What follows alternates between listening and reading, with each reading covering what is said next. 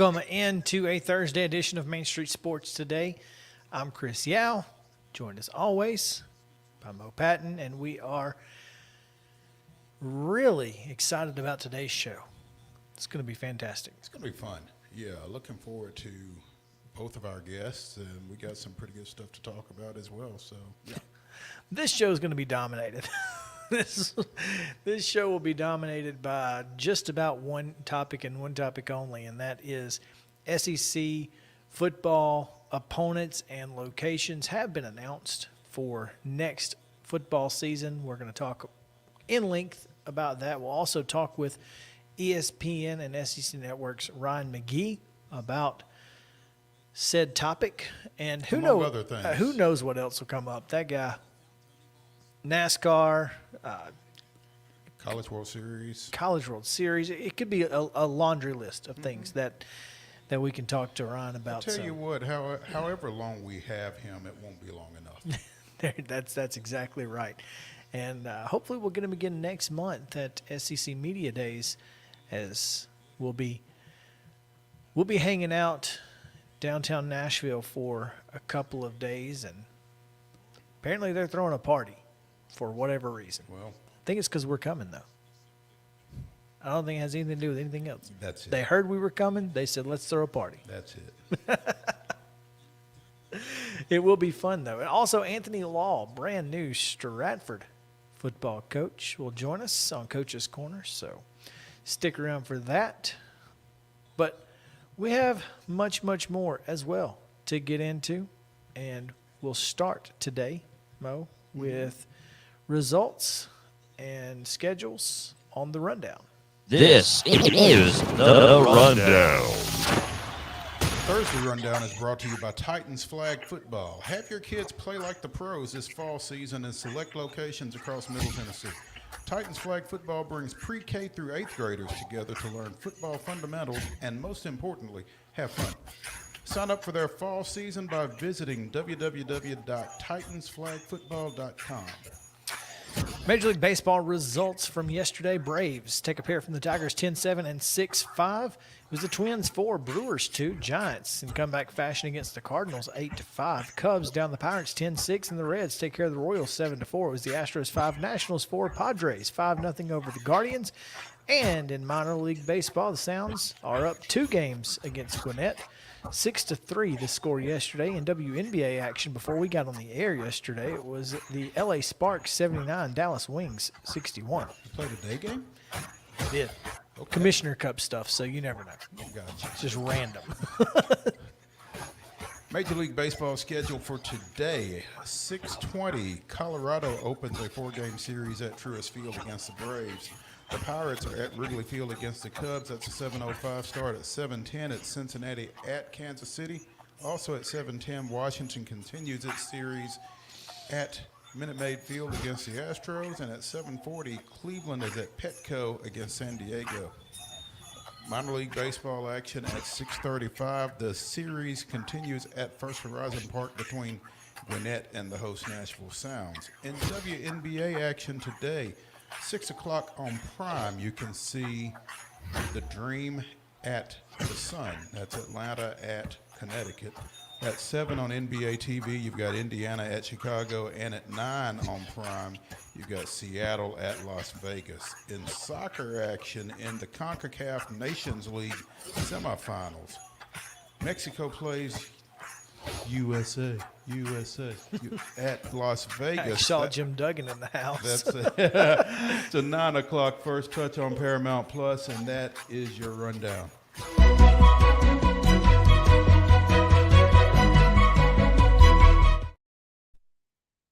Today's top stories are brought to you by our friends at Piggly Wiggly at Neely's Mill in Columbia. Don't forget to go by and get some of their freshly hand-cut meats or meat and 3 in the deli.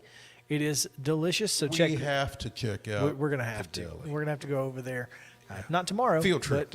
But sometime next week maybe, and go see the folks at Piggly Wiggly and Neely's Mill. Not tomorrow. Because we'll be on the road again. We'll be on the road again. That's right. just like old Willie said. Yeah. But, Piggly Wiggly and Neely's Mill in Columbia. Top story today, first and foremost, this is kind of something weird, but Antonio Brown and the Albany Empire have been kicked out of the National Arena League. You are out of the shrine. So Take your Tatak and your Fez, right?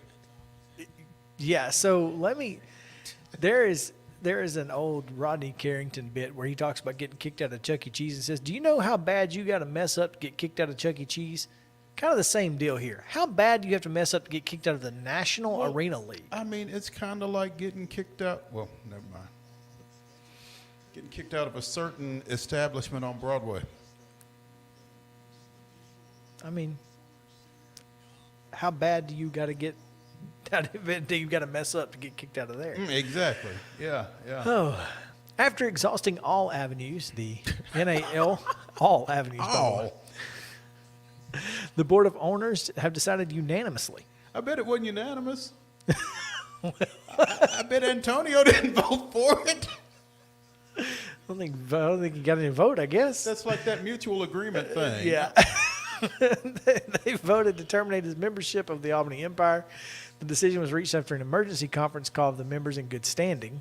See, this is why he didn't get the vote, because There you go. 'Cause he clearly isn't in good standing. Yeah. they failed to make their May 15th assessment payment, and last week, just before the Empire's game in Orlando, the league was notified that April assessment was being challenged. Check bounced.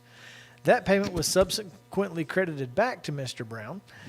The league informed his accountant, who in previous communications requested that the league communicate directly with the accountant regarding financial obligations with the Empire. He was informed of the league's attempts to collect the delinquent assessments, and he communicated to the league that it didn't seem like Mr. Brown had any intentions to pay the fine.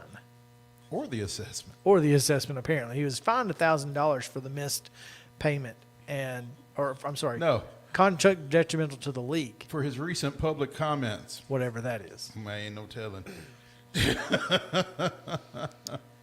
Commissioner Chris Siegfried, who,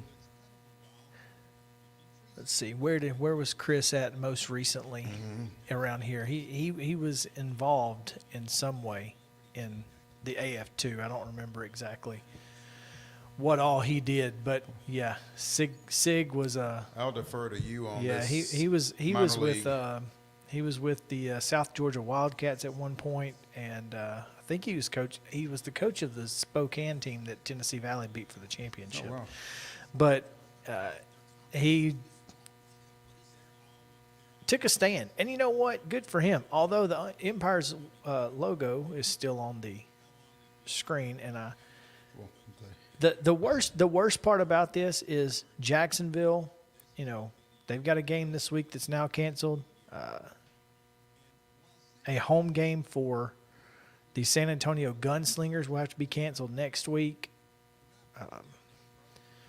So we'll see. You've also got the West Texas Warbirds, who will not have a home game. The teams that are going to miss home games because of this is a problem. Yeah. That's, and home gates.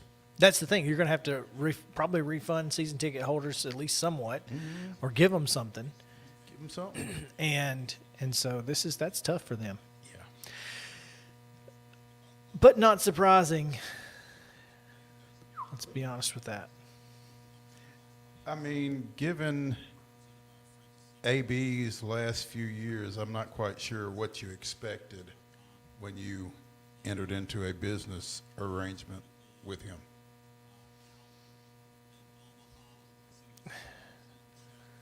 I guess you were hoping that he had the money.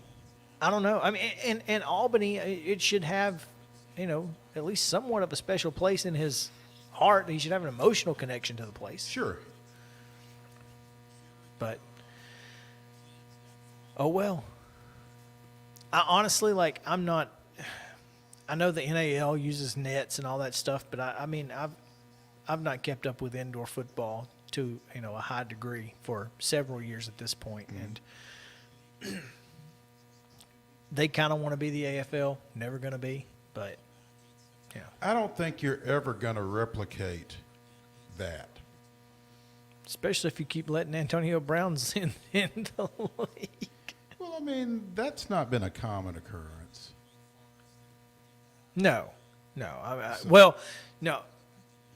It's a very common occurrence in indoor football. People not paying their bills is almost par for the course. Well, probably, but I mean, not with a guy that is known to be a loose cannon like an Antonio Brown coming in. You shouldn't have. They aren't people who have a history of being less than stable. Exactly. Yeah. So, anyway, obviously, I'll be interested to see how long this lasts. If someone steps in and restarts and the empire, just either takes over the lease, takes over the. It's kind of tough to think, given that franchise's place in the history of indoor football, that they would not be in operation. Yeah, I mean, heck, I've got a Albany Conquest mini helmet sitting in the closet right now. I mean, Albany has always been a great market for indoor arena football. So. Right. We will talk about the SEC football schedule release here shortly, but before we do that, you have some, I guess, breaking news, technically. I think it's Pretty safe. breaking. It's pretty safe to say that, I do believe. Columbia Central announced earlier today that boys basketball coach Ken Cutlip will not return for a second season. He resigned earlier, met with the team, let them know that he was going back to East Tennessee, will accept an assistant coaching position with Unicoi County's girls basketball program over in Irwin. So he and his wife Missy, who served as cheerleader coach last year, will both be heading back east, along with their two younger boys, Coda, who played last year as a sophomore with Columbia Central, and Caden, who played at Whitthorne as a freshman. As an eighth grader last year, would have been a freshman this time around at Central. So they are heading back east. Cutlip spent 1 year at Columbia Central. They went 7-21. Struggled with a young roster to finish games. Probably led at least half of those games that they lost, if not more. So, and he will be replaced on an interim basis by former Columbia Central guard Brandon Levere. Levere is a 2016 Central graduate, went on and played collegiately over at Cumberland. I think he played at Martin Methodist before that, maybe. But 25 years old, he was an assistant under Cutlip this past year. He will be that program's third coach in 3 years, obviously, after Nick Campbell departed 2 years ago, went down to Giles County. All he did was go to the Class 2A state semifinals. Understandable when you read this story that's available at mainstreetmurray.com. Go check that out. Yeah. Family situation that he couldn't really help. Couldn't really help, and probably couldn't really realize the Impact. significance of it until you're 5.5 hours away. Yeah. So, one more than 500 games in 18 seasons at Science Hill. I mean, Columbia Central really felt like they had hit a home run with this guy last year, and understandably so. And I'm not going to say that they didn't. It just didn't quite work out. This is an interesting situation. Name me a Class 4A school anywhere else that has 3 head coaches under the age of 30. First time head coaches in all 3 cases. In major boys sports. In football, boys basketball, and baseball. That's insane. In 4A in particular. Right. I mean, there may not be another one at all in the state, but definitely not in Class 4A. Yeah. So, interesting situation Columbia Central finds itself in with 2 interim coaches and 1 hired but very young. Yes. So, Yep. We'll bear watching, no question. and we will be watching. We will, in fact. All right, let's take a break. Coach Law is standing by, so we'll go ahead and bring him in on Coach's Corner in just a moment. So you guys stick with us. We'll be right back on Main Street Sports Today, presented by Mid-Tennessee Bone and Joint, right after this.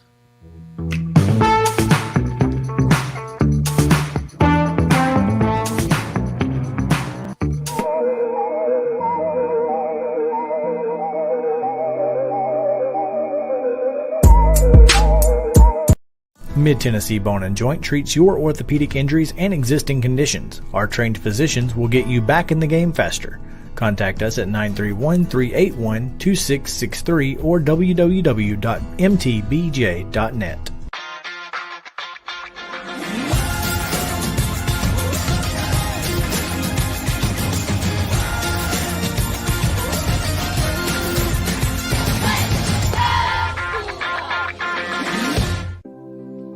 Custom Stone Handler supplies over 600 distributors and suppliers with quality stone products. Along with River Stone, we produce and distribute over 100 building, landscape, and other bulk products. Our goal is to provide quality products, service, and partnerships to ensure our customers' success. We firmly believe that the measure of any person or company is how they treat other people and customers. Give them a call at 931-490-4990 or visit CustomStonehandlers.com. With Lee Company technology, the best handymen are hands-off. Lee Company techs have been using visual findings and other smart technology tools for years to add transparency and virtually take customers along. You see what we see, whether we're in a crawl space or on a roof. With Lee Company, technology helps us help you, no matter what's happening in the world or at your house. You can't see the sights without the sounds. From the crack of the bat to the roar of the crowd and everything in between, discover what Hit City has to offer. Spend your nights cheering on the Nashville Sounds at First Horizon Park with giveaways, fireworks shows, theme weekends, and more. Single game tickets are on sale now. Visit NashvilleSounds.com to claim your seat today. Mid-Tennessee Bone and Joint has been the official sports medicine provider for Murray County Schools for more than 40 years. We specialize in orthopedic service, and our Ortho Quick Walk-In Clinic lets you bypass the ER. Visit us online at www.mtbj.net.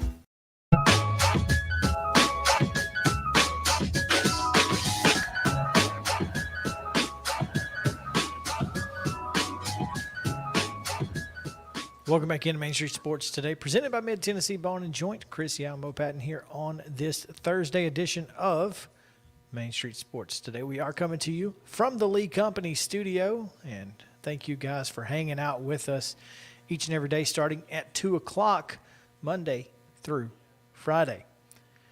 Right now it's time for Coach's Corner, presented by From the Heart Cafe out in Chapel Hill.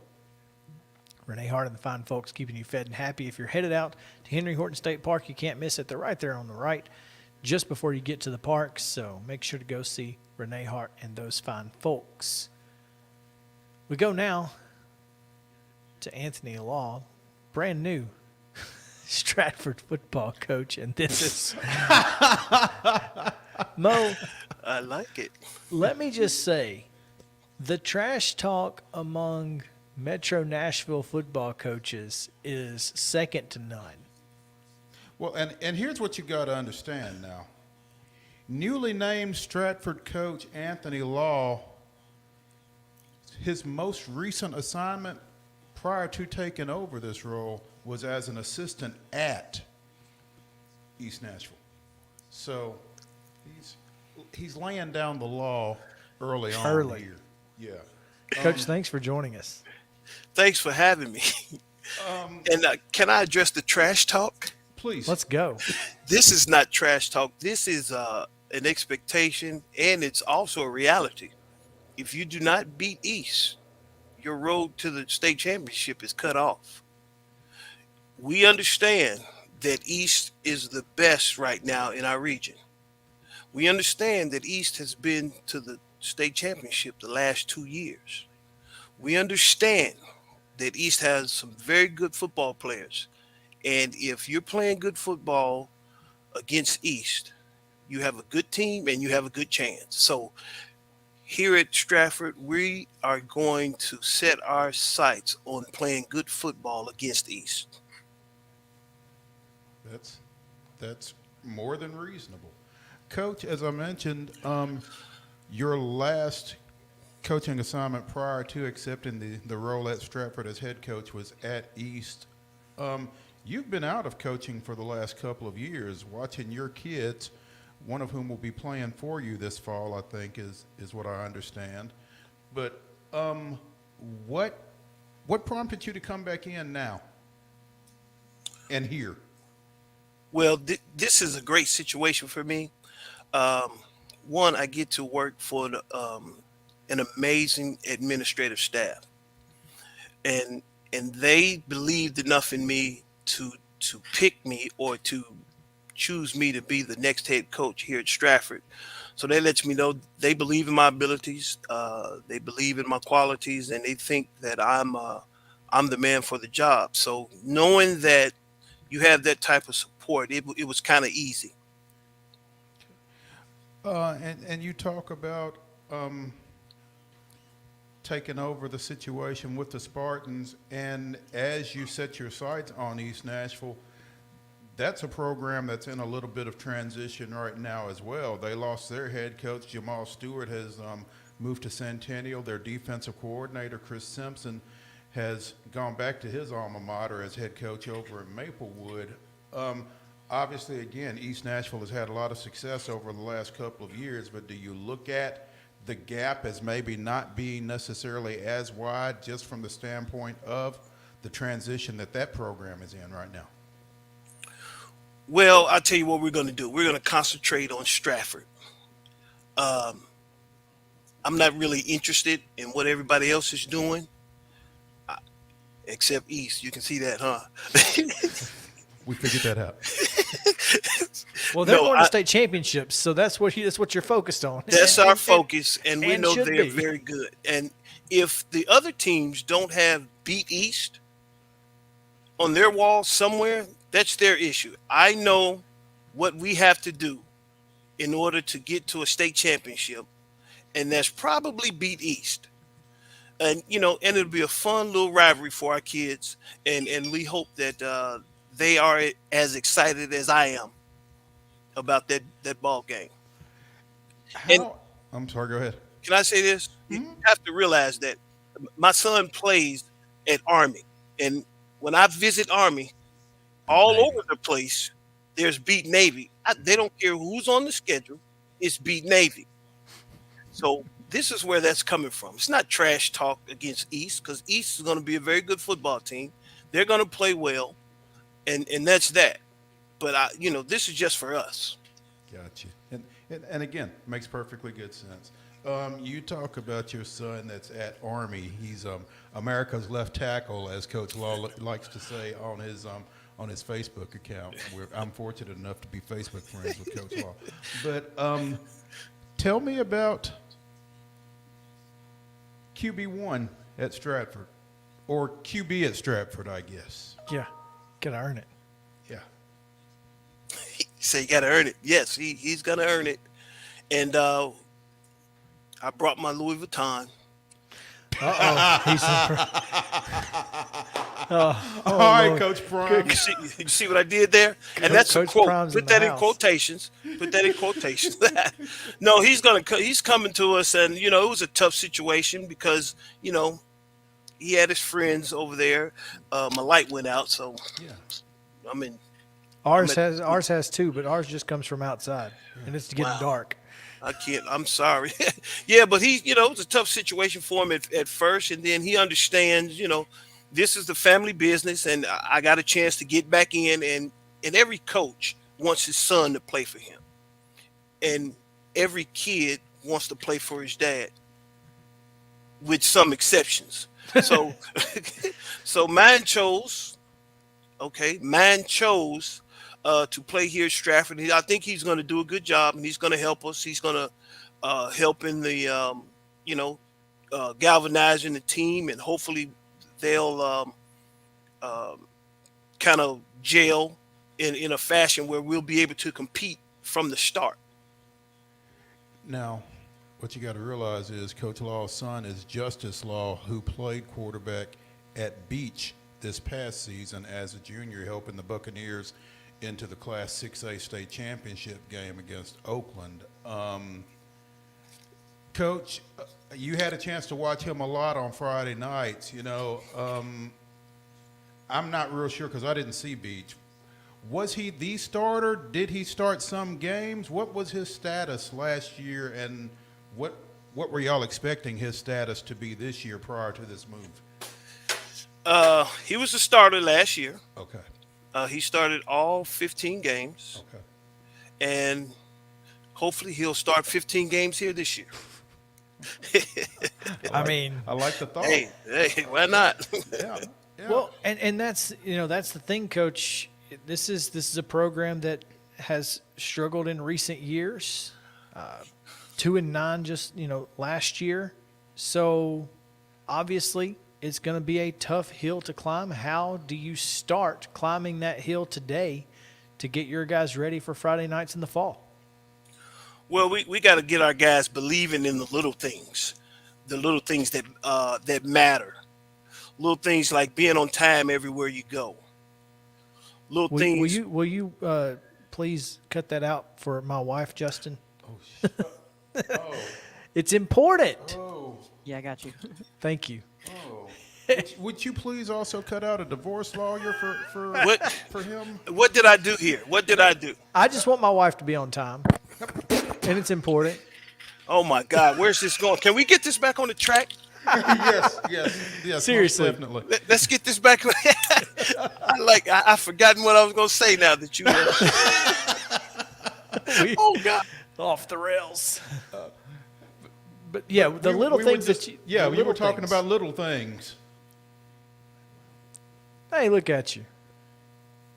Uh-oh, we lost audio. Coach, we can't hear you. He got his light on. Is he back? Sometimes. Yes, sometimes you'll get muted, but if your USB comes out, it'll kind of mute you. So again, last year 2-9. Stratford 2-9 did make the playoffs, falling to Waverly 52-24. That was a pretty good Waverly team. Which is a really good Waverly, and scored 24 points. Beat Whites Creek and Jackson County. Jackson County, obviously the main. Yeah. Am I back? I think we are are back. There we Wow. go. Yeah. Unbelievable. Yeah. Hey. So little things. Little things. We're Sure. going to skip over being on time at this point, but yeah. Let's do that because Yeah. that seems to cause problems. Picking up after themselves, being respectful. Always do what you say you're going to do. Respect each other. All the things that make you a great young man. So we're going to spend a lot of time on making sure that we become great young men. And then after all of that is in place, we should deserve to win. So as my man at Tennessee State University basketball says, we're going to deserve to win. And those are the kind of things that we want to put in place. And we want kids to feel good about themselves. Now, our young men, I'm the third coach in 3 years. So, they're kind of hurting right now. So they're looking for some guidance. They're looking for some stability. And I believe that I'm able to do that. And I hope that they believe in me. And, it's going to take some time for them to get to know me. But that's where we want to go. And we hope if we're able to do those things, we'll be successful. Coach, would you talk about that? You're their third coach in 3 years. And when you're dealing with 15, 16, 17-year-olds, you've done it professionally, you've done it personally, obviously. How do you earn their trust? Well, I think you have to be genuine in your approach. Tell them the truth in your, when you're speaking with them, make sure they know that I'm telling the truth. And one of those ways of proving that I'm telling the truth is, again, I'm going to do what I say I'm going to do. When they come in, for workouts. I'm here. When they leave, I'm here. They're going to see me picking up around the place, me trying to tidy the place up, and hopefully, they'll see my commitment, and then they want to match that effort. Leading by example is certainly a way to maximize, the impact on a young person. There's no question there. And so, obviously, kind of going back a little bit to Justice, his leadership on the field should hopefully bring you guys a little bit of success, at least mentally, pretty quickly. Yes, that's one of the good things about having Justice playing. Hopefully, the kids will see, his mannerisms, his demeanor on the field, his way of going about preparing, and they'll be like, "Hey, if this guy's doing it, we can do it." And then it becomes contagious, and then we can get everybody involved. I can promise you this: we're gonna have some fun. And I believe if you're having fun doing what you love doing, it can be it's going to be great on Friday nights. Yeah. And, as you talk about Justice and bringing him in and the success that he had at Beach, you would think that the kids would be able to look at that and say, hey, this guy has done it at a high level. If this is what he's doing, this is what we need to be doing. Again, kind of a lead by example kind of thing. You feel like there is that's a factor or will be a factor for you all? I'm hoping that's a factor. Now, let me say we have some great kids here at Stratford now. Our other quarterback, our number 2 quarterback, is a good little kid. His name's Jaden, and I'm gonna mess the last name up, so I'm not gonna call it. But his name is Jaden, and he's gonna play well for us. We're not going to. We got a lot of kids that we can put in a lot of different places, and they're eager to get out there and learn. They're excited. They're starting to fill the weight room up. We have a beautiful weight room. I did not know it was that nice, but it's nice.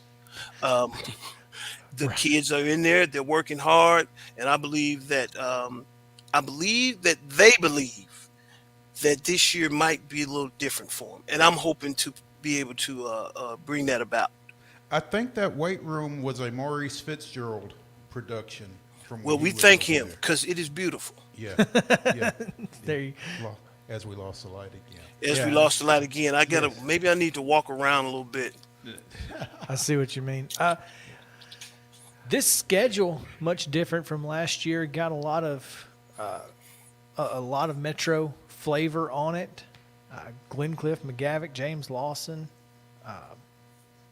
Republic Hunters. I mean, you pretty much run the gauntlet in Metro and in Middle Tennessee. How important is that for you guys as a program to, obviously you want to beat East, but you kind of want to beat everybody in Metro. Oh, no doubt. Well, I want to beat everybody on the schedule, to tell you the truth. I want to beat everybody on the schedule. Again, we just do the beat East because we know we got to beat them in order to go to state championship. There's no way around it. And as far as playing all the Metro teams, now just let me say this. I had no bearing on that schedule. Right. But we're going to line up every Friday night and we're going to play to the best of our ability. And hopefully, we'll put on a good show and we'll beat a couple of them. Well, and you took this program over last week. How difficult is that to not have a spring? Say that again. Last win? Yeah. Last week. Yeah. That's right. So how difficult is it to not be able to go through spring practice with your guys? Actually, I don't know because I've never been in this situation before. But I can tell you, I'll tell you what, after give me about week 5, and then I'll say, oh boy, maybe we should have had a spring. But I don't know how much that's going to bear on our season. But again, it's out of everybody that's here. It's out of our control. Sure. We're not going to worry about it. We're going to do what we can do with what we have. Anthony Law first-year Stratford coach, joining us on Coach's Corner, presented by From the Heart Cafe over in Chapel Hill. Renee Hart and her folks keeping you fed and happy. And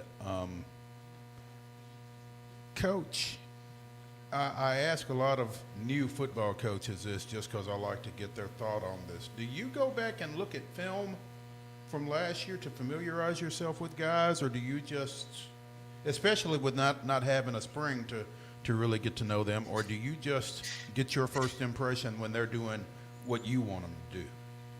I looked at film. I'm looking at film now, and it shows me that our kids are extremely talented. They love to play. They run around. It's just, they have to get used to what our system and how we want them to operate. But we know they have a knack for playing football, and we're going to get what we can get from them, and we believe that we have something here. Well, we're looking forward to watching Stratford play a little football this fall. It's going to be a lot of fun. Of course, never know what you're going to get when football season rolls around. So this is going to be a lot of fun. Again, they kick off, I guess Glencliff is I'm assuming that's week 1. Mm-hmm. And you never know with jamborees and whatnot. But they'll kick off. That's 0, isn't it? Yeah, they'll kick off that first week, opener. Yeah, and that'll be at home. So at home, first 2 games at home. So get out to Stratford High School, support Coach Law and the Spartans, and we appreciate you for being on Coach's Corner with us today, Coach, and looking forward to a great season.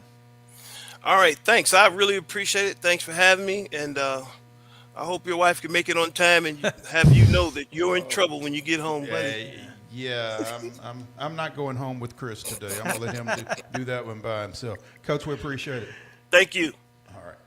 All right, we are going to take a break because it's raining, and we'll come back and talk a little bit of Braves baseball. We'll get to Ryan McGee and of course the SEC football schedule. All of that coming up on Main Street Sports Today, presented by Mid-Tennessee Barn & Joint. Y'all stick around.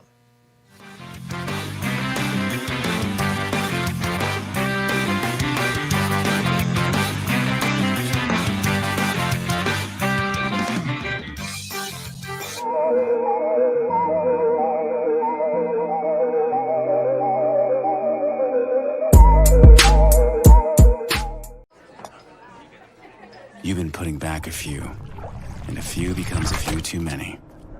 For a moment, you think about calling for a ride. Nah, you live nearby. What's the worst that can happen?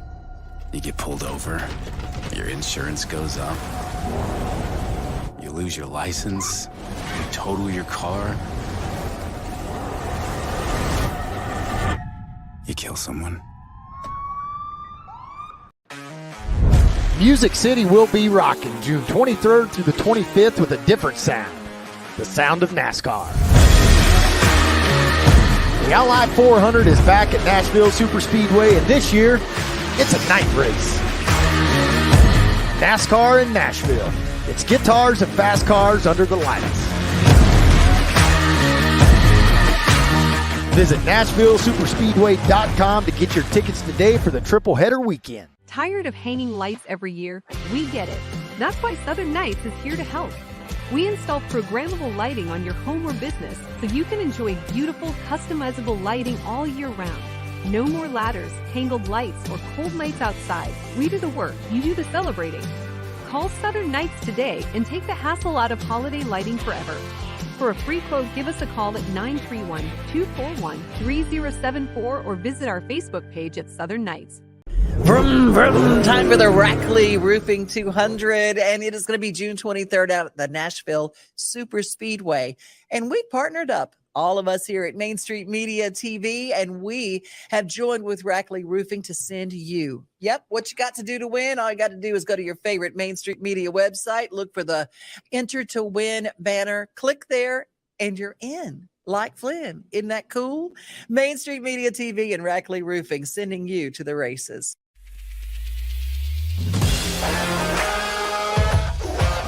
Hockey in Music City just hits different. It's one big honky-tonk party. It's the sea of gold in the crowd, the goals, the saves, the celebrations.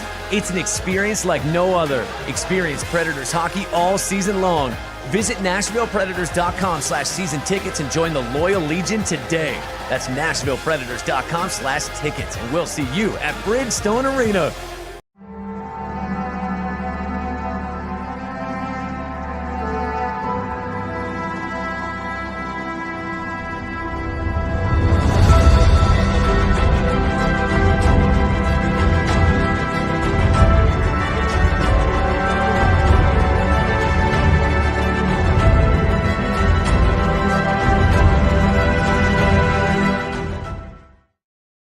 June 15th, 1957, Milwaukee sends Danny O'Connell, Ray Crone, and Bobby Thompson to the Giants in exchange for infielder Red Shandings. In 93 games that season, Shandings hit .310, finishing with a National League leading 200 hits and in third place in the NL MVP balloting as the Braves won their first World Series championship in Milwaukee. Spent another 3 seasons with the Braves before finishing his playing career in St. Louis, where he started it. Then managed the Cardinals for 14 seasons over 3 stints. That was this day in Braves history. A trade? A trade. A trade. A pretty good one. You'll take when you get good trades, you gotta. They must have had a pretty good general manager. Much like Alex Anthopoulos. Much like. So. The Mets won yesterday and lost ground. Isn't that something? That's rough. You know why they lost ground? Because the Braves won. Because the Braves never lose. The Braves never lose. They never lose. You know, it's so funny because as frustrating as losing to Washington and Detroit back-to-back was, the Braves are 8-2 in their last 10 games. And it's like zero reason we shouldn't be 10-0 in those last 2. I mean, really. Bryce Elder start on Sunday. You feel like you're definitely going to win that. And then Monday absolutely should have won, considering you were up by, 3 going into the 9th inning? Yeah. Well, that was one of those same things that make you laugh, make you cry kind of deals. Yeah. After you had beaten the Mets 3 times like that, you turn around and lost one like that. So that was a little tough. But again, Braves. Speaking of the Mets. Yeah. The Mets, who are 10 games back. Is it 10? It's 10. That's hilarious. 10. I'm not mad. I'm very happy about it. I think the Braves, on top of everything else, have the biggest lead of any division leader in Major League Baseball right now. You know, They're 4.5 up on the Marlins. The Rays are 5 up on Baltimore. Oh, okay. Now, that could change today, considering that Oakland has beaten Tampa Bay twice in the last 2 days. Man, I think we awoke Oakland up, maybe. Something. They are 7-3 in their last 10 and are still 24.5 games out of first. Because the Rangers hold what would be a half-game lead over the Braves. They're 42-25. And it's insane. I mean, Oakland is no longer the worst team in Major League Baseball. That's correct. Don't tell Heather. Yeah, Kansas City is full game back now. But it's crazy. And look, the Rockies are coming in here, and they're terrible. So how are we going to screw this up is the real question. It does kind of get your attention, given our track record against less than good teams. And they're throwing Kyle Freeland, who has a 4-7 record, but has a 3.91 ERA. And a 3.9 ERA, or 3.19 ERA. No. 3.91 ERA in Colorado. Colorado is pretty good. He'll go against A.J. Smith-Shawver tonight, as Smith-Shawver was pushed back to today in as Dylan Dodd was thrust into action yesterday for a spot start, and he looked looked good until he didn't. Until he didn't. Looked great until he didn't. And, sometimes that's going to happen. I gave up, a couple meatballs, and that is how it goes. Jared Schuster will get the start tomorrow for Atlanta, and then Bryce Elder On Saturday? on Saturday. So that would make it Charlie on Sunday then, I guess? Is that right? I'm sure it is. You only get 3 days of schedule. So, yes, Charlie and Chase Anderson.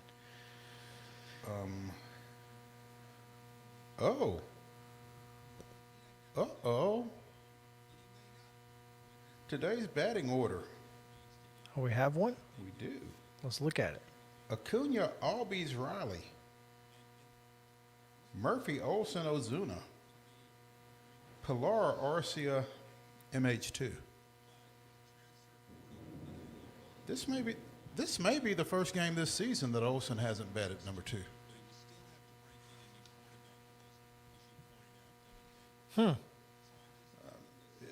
Did Snitker go? Has he got somebody graduating from high school or something? Is he not there? Somebody else make out the lineup? Yeah, and that's what we talked about. I'd mentioned putting Albies in the 2-hole. It felt like that was probably the best call that could be made right at this moment. Moving Olsen down to 5, obviously that's a home run hitter spot. It's not you're okay if your 5-hole hitter strikes out a bunch as long as they hit a bunch of home runs and drive some folks in. So, and we've seen what Ozzie Albies can do in that 2-hole. It's scary. So, I'm excited to see how this plays out. Yeah. I'm also glad that Ozuna is back. I know he played yesterday in the game too, but he's okay. And who'd have thought we'd ever say that this season? Yeah, there was glad a time Ozuna's back. Yeah, there was a time that we were hoping he would, would never be back. Yeah, find his way to one of those phantom ILs and sit stay there. But yeah, how about that? Gotta give Snitker his props when he makes a move, at least when he does something. Now, that being said, 42-26, Mo. Mm-hmm. Best record in the National League. It's tough to nitpick it, but and yet it's not. Right, all at once. Everything everywhere. It's hard to argue, and yet it's not so hard to argue at all. And look, and again, I'm not sure that batting Albies in the 2-hole over Olsen wins any more games than we've lost, but we don't know. We don't know because we haven't tried it. So, and against the Rockies, good a time as any. Right. Is the Rockies. So if you, I think I said that about Soroka and the A's as well, but still. But yeah, if you're going to try something like this, it seems to have less chance of coming back to bite you against the Rockies than against the Mets, for instance. Right. So, yeah, this is a good time to get a look at that and see what it looks like. Jesse Chavez takes one off the leg yesterday. X-rays negative. Because I was scared when they carried him off the field. Oh yeah, I thought, you got to be kidding me! Not X-rays Jesse. Negative, but he's on the IL. Well, yeah, because he's got a bruise as big as it's got to be a bone bruise. He took it full on the front. 91 miles an hour off the bat. 3. Was it? I thought it was 91.8. Maybe it was 93. Either way, 90 plus from McGEE. Mm-hmm. And I love what Jesse had to say after the game. That was great. He said, look, he's a good hitter, and if you keep throwing the ball in the same spot, he's going to get one. So learn my lesson. There you go. But what did the Braves do to combat that? Ben Heller will be coming to join the Braves. I guess he'll not be on the 666 train though. Well, I was trying to come up with a way, but he didn't take the 666 Or from bus Nashville. or whatever. Or yeah, that's right. They are up here. Yeah, so he would have had to Yeah. leave B&A and head down. I guess they would fly him. I can't imagine they wouldn't. That is a Nashville traffic.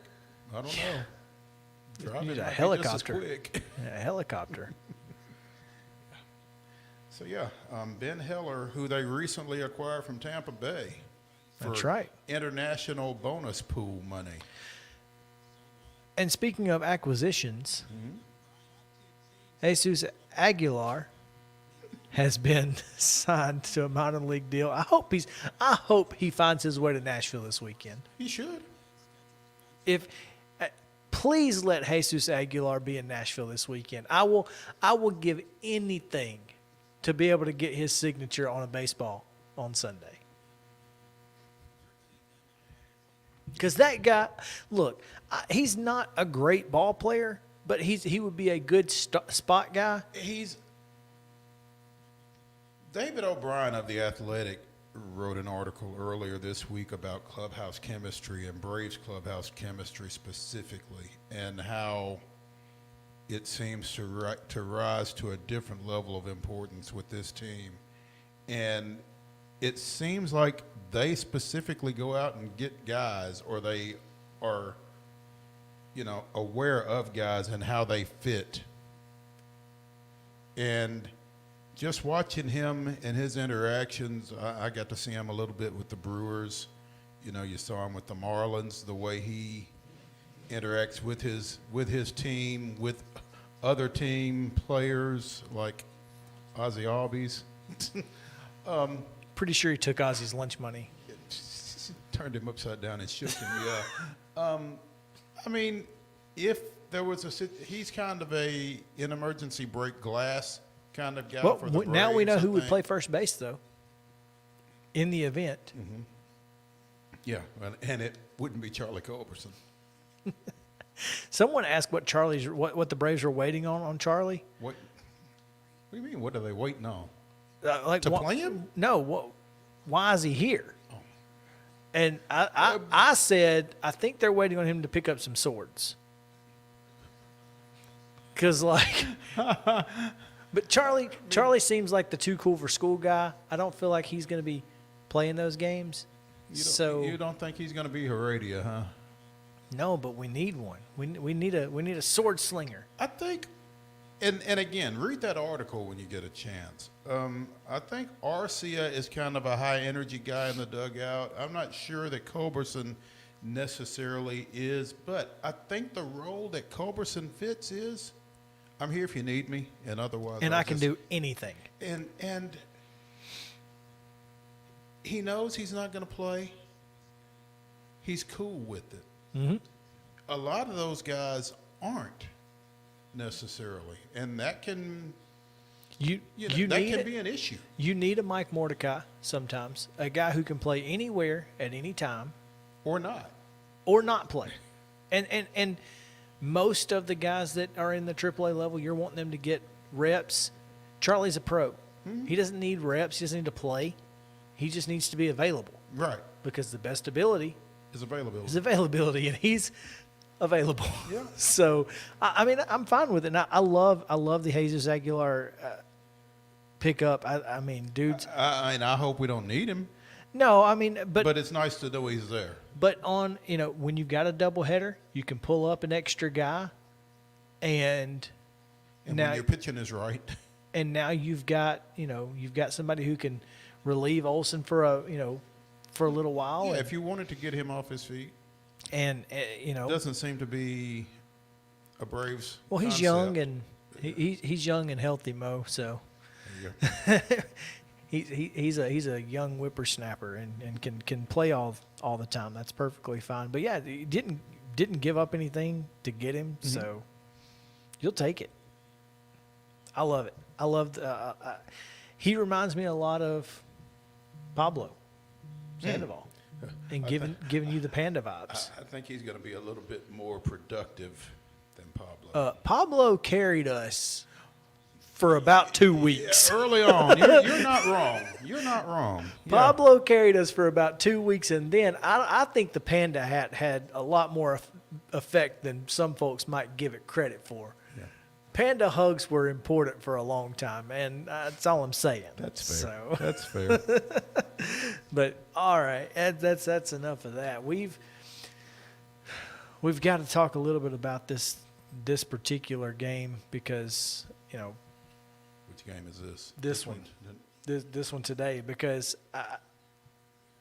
I'm always leery when we play teams like Colorado, and Braves have not been great at home.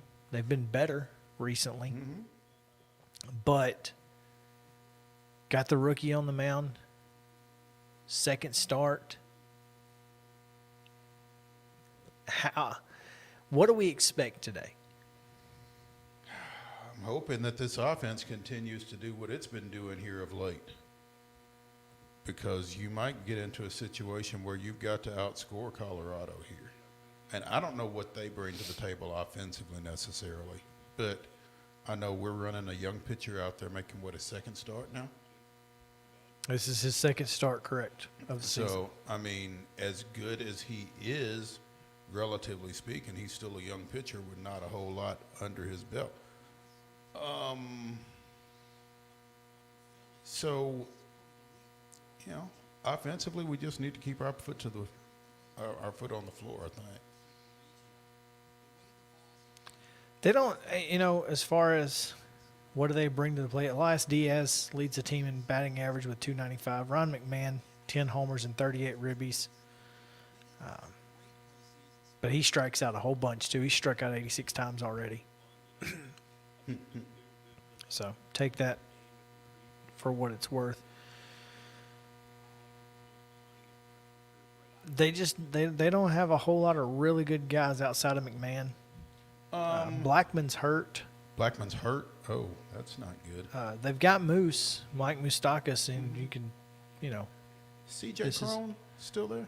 C.J. Crone is still there. He's now. I don't know, because I think Nolan Jones is playing first base right now. Chris Bryant is hurt too, isn't he? Chris Bryant is hurt, which is, yeah, he's on the 10-day. Oh, He's scheduled to play catch Tuesday. Wow. Last Tuesday. Day before yesterday, Tuesday. No, last week. So he should be back soon. Could be back for this at some point, potentially. But yeah, C.J. Crone is on the IL and is dealing with lower back pain. So Rockies are beat up too. They are a loser organization, as per Bryce Harper.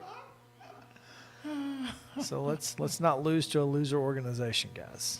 If we do, it wouldn't be the first time. It would not, as a matter of fact. Don't wake these guys up either, because obviously the National League West is it's a disaster right now. Is Arizona out here throwing wrenches in everybody's soup? If you can dodge a wrench, you can dodge a ball. Right?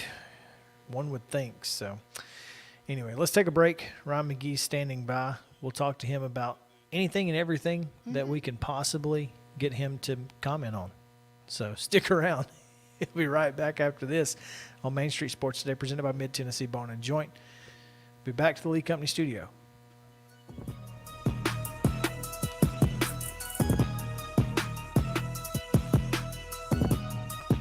Mid-Tennessee Bone and Joint treats your orthopedic injuries and existing conditions. Our trained physicians will get you back in the game faster.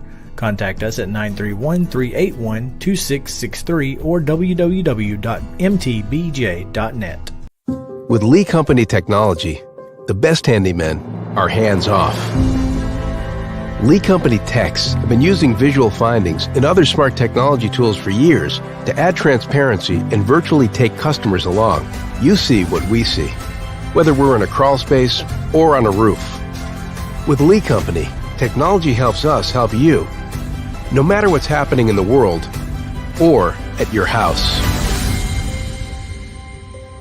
Jones and Lang Sporting Goods here in Columbia has been outfitting teams, officials, and anybody else from T-ball to college for 50 plus years. Be sure and check them out at 931-388-8060 or online at jonesandlang.com. Jones and Lang Sporting Goods, the look of a winner. Zion Christian Academy, zioneagles.org or 931-388-5731. You can schedule your appointment. Go tour their campus. It is beautiful over there, and you're definitely going to want to see it. Again, it's zioneagles.org. Give them a call, 931-388-5731, and schedule your tour today. Welcome back to Today's Better Health. I'm Colleen Barton, and I'm here with Dr. Gil Kentoff and Dr. Wendy Toohey, and we're talking about the latest treatments in back and neck pain.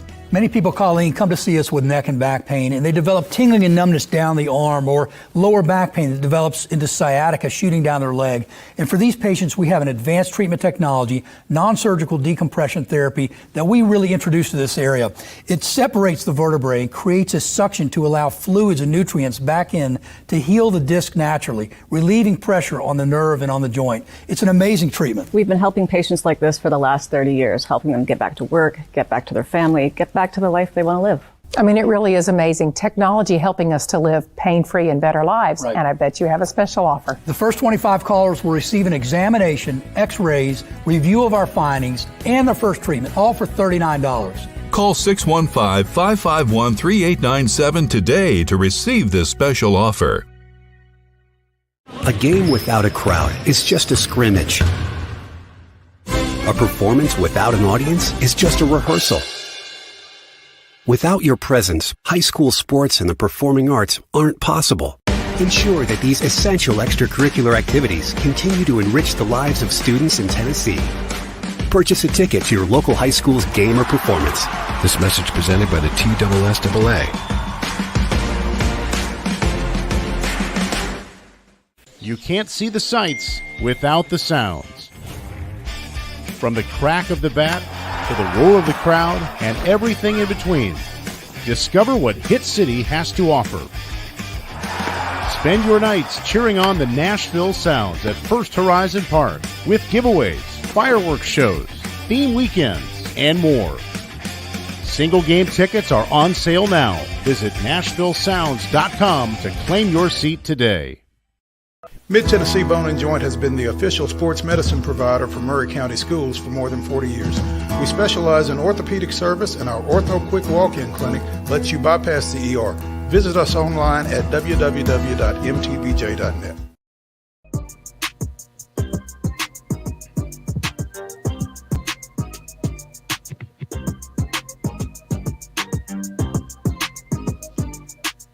Welcome back to Main Street Sports Today, presented by Mid-Tennessee Bone and Joint. We are live in the Lee Company studio here in Columbia, Tennessee. Glad to have you guys with us, and as always, a pleasure and fun to be had here on the show, especially with fantastic guests such as our next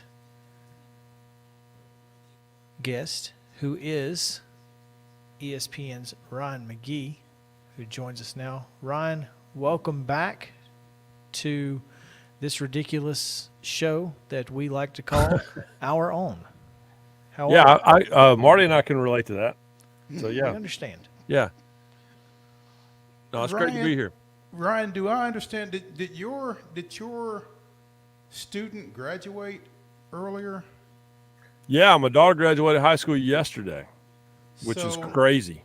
So no more lunch notes then, right? Yeah, well, I've been posting those lunch notes on Twitter since she was in elementary school, and I'm gonna kind of leave it up to her. She went away to this big academic camp last summer for like 5 weeks, and I mailed her postcards a bunch of days. So maybe I'll do that when she goes to college. I don't know. It all depends on how much I'm embarrassing her. Now, where is she going? South Carolina. Came down between, her mother and I both went to Tennessee. But I think that might have been two strikes against Tennessee. She wants to do her own thing. She loves Tennessee, always has. But the University of South Carolina is 90 minutes from the house. So I think that probably had a lot to do with it too. So it's honestly good for Dad to keep her at least a little bit close. Well, and that's 90 minutes. That's a good distance because it's far enough away that she won't be home every weekend. There's plenty going on campus. Yeah. But it's close enough that you can get there if you need to. Yeah, if she needs me, I can get there. I went to high school in South Carolina, so I know a zillion people down there. So I've got a lot of spies in case I need them, and she's got help if she needs it. But yeah, no, we're excited for her. But we did Marty and McGee on the Horseshoe there at South Carolina, which is a beautiful quad, in the middle of their campus. I think most sports fans only know Williams-Brice Stadium, which is kind of out in this industrial park area. The campus is gorgeous. And so we did Marty McGee from the Horseshoe last year, the morning of the Tennessee-South Carolina game. And I took her to me. My wife and I took our daughter to the game. We sat in the Tennessee alumni section. Everybody's got the orange on. And my daughter was dancing the sandstorm because that game was over in about 10 minutes. And so yeah. One day I'll talk to Josh Heupel about the fact that he might have cost us a recruit. You'll get a chance here in about 6 weeks. Understandably, yeah. Ryan, obviously the 2023 football season is coming up, but everybody right now is talking about 2024 with the, I don't want to call it a schedule, but with opponents revealed for each team in the conference yesterday. What's your level of excitement about this information? Well, I mean, I think it's cool to get it out there. I mean, the fact that Texas A&M is back on the college football schedule is kind of a big deal. That making that officially official is good. If I was an Oklahoma fan, I'm not exactly sure how fired up I would be. The good news is that Oklahoma's never been scared of anyone. I guess the good news for them is that's good because that's a brutal welcome to the SEC. But I like having it out there. I mean, I don't, I've always laughed about athletic directors, announcing home and homes for games in like 2031 and 2035 and all that stuff. Looking at you, MTSU. Yeah, exactly. We talked about that yesterday with Middle. Yeah, but it's crazy though, right? I mean, that this is actually happening. All this talk, we were all there when the news dropped about, when our friends at the Houston Chronicle dropped the news about Texas A&M and or about Oklahoma and Texas at the SEC Media Days and spun everybody out. And now it's actually happening, which is kind of crazy. And selfishly, I mean, listen, this is good for Marty McGee, right? I mean, we're going to get to go probably to the Red River rivalry, and we're going to get to go to. I love going to games, in both in Oklahoma and Texas. So that's awesome. I think the jury's still out on what all this is going to mean for college football 10 years, 15 years down the road. But yeah, that's a long way of saying, sure, I don't mind seeing it. But if I was an Oklahoma fan right now, I would be like, man, are y'all mad at me? Yeah, who did we tick off? Is the question. They'll get Alabama and Tennessee, but at least they get them at home. Yeah. But they will have to go to Death Valley, and they'll have to go to Vaught Hemingway as well as Auburn. They also get to go to Como. Yeah. So. Yeah, throwing it back. But I tell you this, Norman is a great place to go to a college football game. I mean, I've always compared going to a football game at Oklahoma like going to a baseball game, like at a Cardinals game. You go to St. Louis Cardinals game, and it's a rowdy crowd, but they also are super smart. Like they will give a standing ovation for a solid sacrifice bunt, in the fifth inning. And at Oklahoma, they understand football, and so it is truly a great place. I mean, it's a really good college town. So I'm excited for SEC fans to experience that place. Some of obviously Florida, Georgia, which will be on campus, we presume, at least for 2 years, if not forever after that. Yeah. In Jacksonville, Arkansas A&M is in Arlington. Of course, you mentioned the Red River rivalry. When, obviously those teams that are the designated home teams only get 3 on-campus home games going, forward in this particular setup, however long it lasts, 1 year, 10 years, whatever.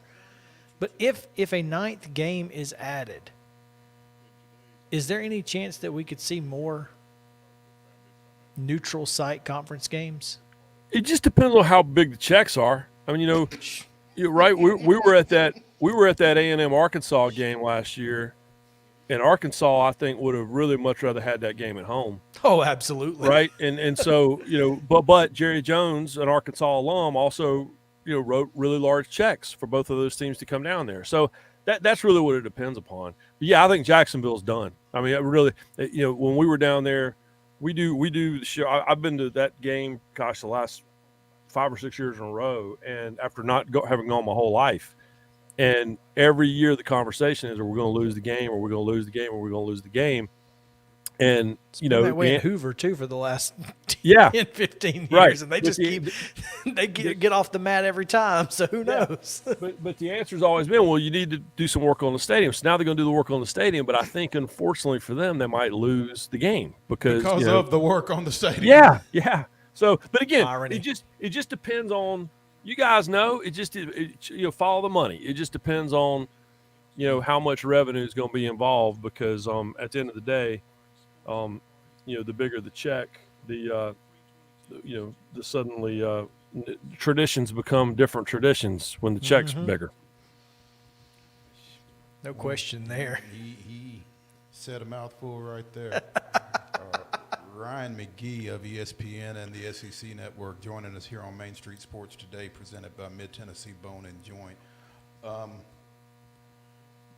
And if you're not following Ryan McGEE at ESPN McGee on Twitter, I don't know what you're doing with your life. I do, and it's great. It's great as much as anything to kind of do Where's Waldo with Ryan. Where in the world? Because you were at some college baseball, you were at some NASCAR. I mean, it's fun trying to keep up with him. But are you going to Omaha this week? I'm going to Omaha next week. I typically go for half of the series, and in recent years, I had always gone, middle of the week. Like I go down next Wednesday, go over next Wednesday, and the one year we were like, you know what? Instead of going for the championship, why don't I go at the beginning when all 8 teams are there? Because honestly, opening weekend's my favorite, and when all 8 teams are there and all that stuff, and that was the year that I literally got on a plane, flew home, landed in Charlotte, and when I turned my phone on, it went crazy because that was the morning NC State popped all their COVID tests and played like 7 guys in the game. And they were like, yeah, you know what? Maybe you should have been there for that. So, yeah, I go now for I'm back to going for the second half. But you guys know, I mean, it is.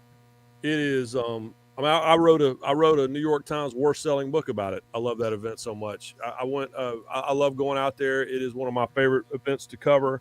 I mean, if you guys have had the opportunity to be out there, it's just my favorite sporting events are the ones that are owned by the city, right? It's why I love the Indy 500. It's why we all love the Masters. It's why we love the Rose Bowl, the Kentucky Derby. It's the Daytona. It's those events that you can't imagine that event without the city, and you can't imagine that a city without the event. And Omaha in the College World Series is just it's just too much fun, man. And it's no matter, even if your team isn't there, it's just too much fun. And so I'm always excited to get out there because it's the best, boys. I don't think there's any question there.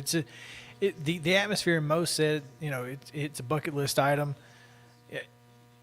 Atmosphere wise, it's got to be top 2 or 3 in college sports, if not all the sports. And what's really cool about it, like Ryan said, even if you don't necessarily have a team in it, if you like baseball, and if you can get used to the ping rather than the thwack, the thud, wood, then you got to go. But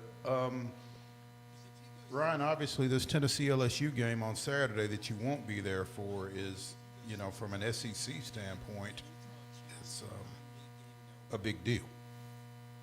Yeah, it's a really big deal. And if you're Tennessee, you kind of feel like Oklahoma does about that SEC schedule because that side of the bracket is brutal, man. And listen, this is a really, really great 8-team group. It really is. I mean, the one every year there's one kind of Cinderella team. Oral Roberts has won 31 out of 33, right? I mean, they're loaded. And so this is a loaded 8-team bracket. But the Tennessee side of it, LSU was number one most of the season, and they were when Tennessee went there and dropped 2 out of 3 mid-season. Wake Forest was the team that took over the number one spot and has stayed there ever since. And Stanford, just the third year in a row they've been out there, and they're defending the honor of the entire western half of the United States map at this point. But they're really good, and misplayed fly ball or not, they handle Texas, and so it's a really, really tough spot. And winning that first game is key, man, and that's why you need Chase Dollander to be on top of his game, because he'll be facing the best pitcher in the country, in Paul Skeens. And so it's there's no easy trip to Omaha, never is. No. But sometimes there's also something to be said for going out there when people didn't expect you to be there. We saw Tennessee 2 years ago. They got bounced early out of the series, and they kind of learned, all right, this is how you do this.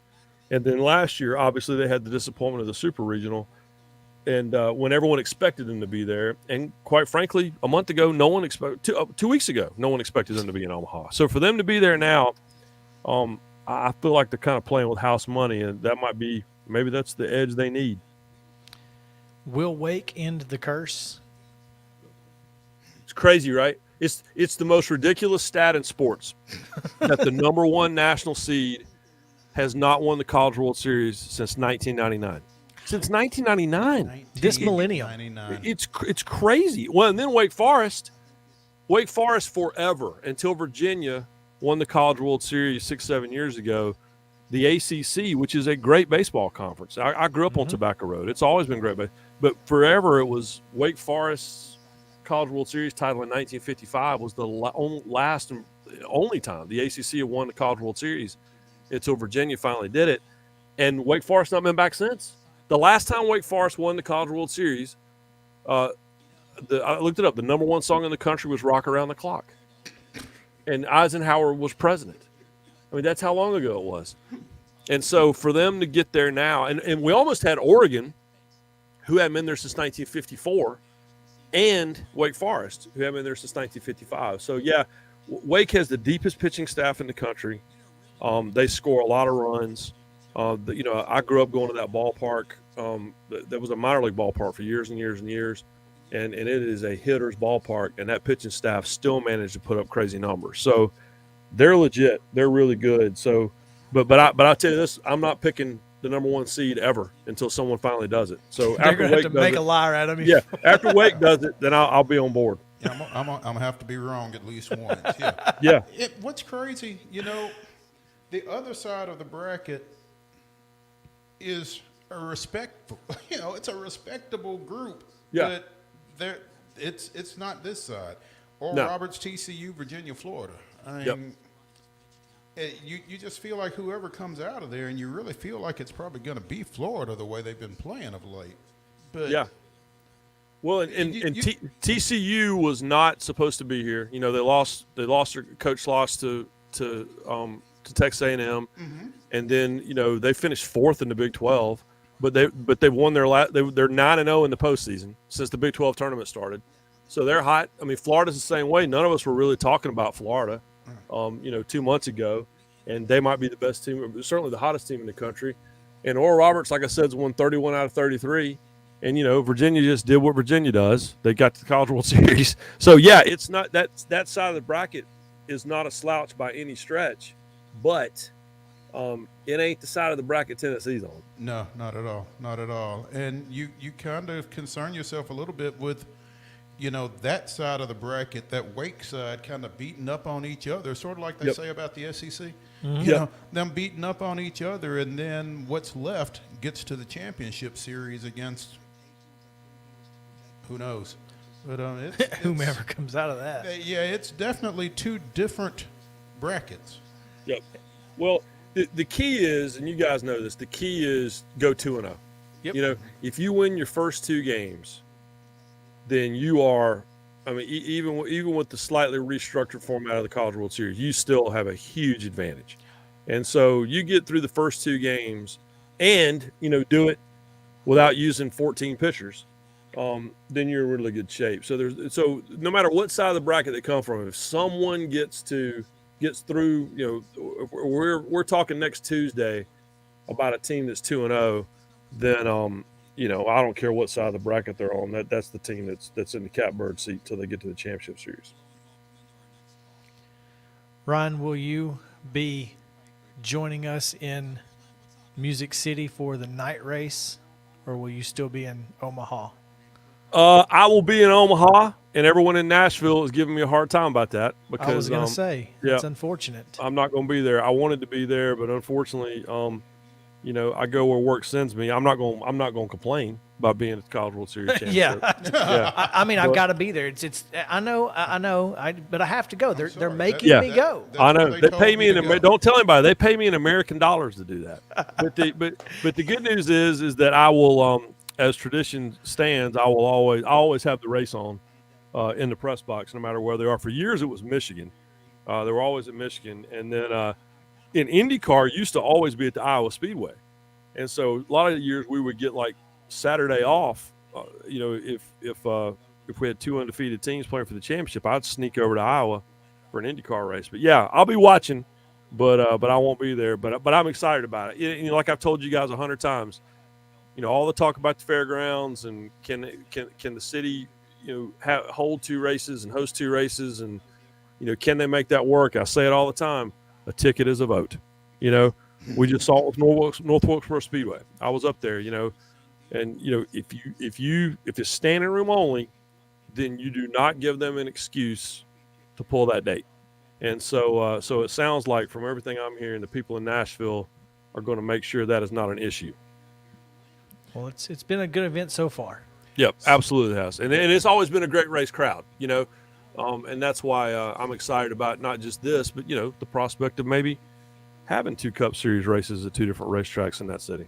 Wouldn't that be something? Most people looking for an excuse to come to Nashville anyway. So, if somehow that were to materialize, I think it'd be really exciting throughout the sport. Now, you won't be here for the race. Will you be here for SEC Media Days? I will. Marty and I, in fact, we were on a call, an email chain just today about booking travel to get out there. And, we always have a good time. We record our coaches interviews for our season preview shows called the Talking Season Specials, where we talk to all 14 coaches and a handful of players. And it's always a good time, but I'm a little worried about us being in Nashville because, as you guys know, Marty hangs out with country music singers. You never know who's going to show up in this. Yeah, Ray Fulcher will make an appearance. Yeah, I'm not buddies with Eric Church and all these guys, and Marty is. So we'll see if we show up to work on time every morning, because I think we might be out late the night before. Well, if you want to come hang out on Radio Row with us, you got to stand an invitation. So come on. Well, I will do it. I always love talking to you guys, and put it on the books. I'll be walking out there. Sounds good. Fantastic, man. We appreciate you taking some time today as well. And I know it's a hodgepodge potpourri of topics, but anytime we can get your thoughts on whatever we're thinking about, we like to do it. And look forward to talking to you again in about 6 weeks. Y'all call me anytime. Thanks, boys. Thanks, Ryan.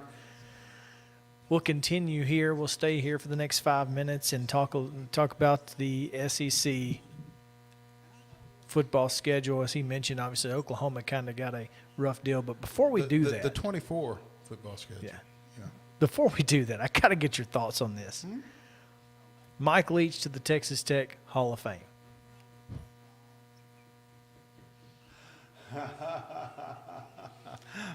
I know one person that didn't vote for it. I guarantee you, Craig James. No, didn't Craig sign James off on has no.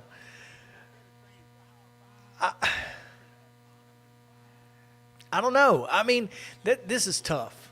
It's tough because it's not like they ever made up. I think is kind of the phrase that comes to mind, just because he did some really, really good things out there, and he did not leave very well at all. And they've not made up. Well, and they're not going to. And clearly aren't going to. And I think that's...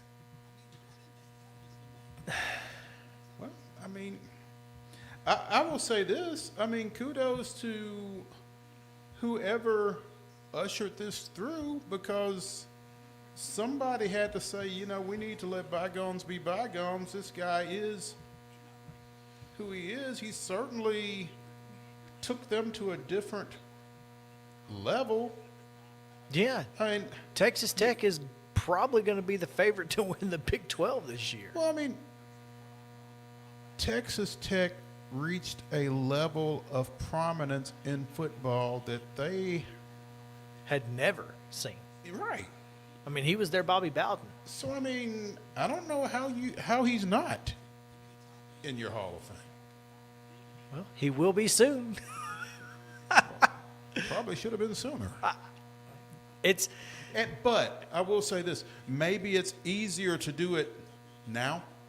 Oh, it's a lot easier to do it now. Before? Oh yeah, 100%.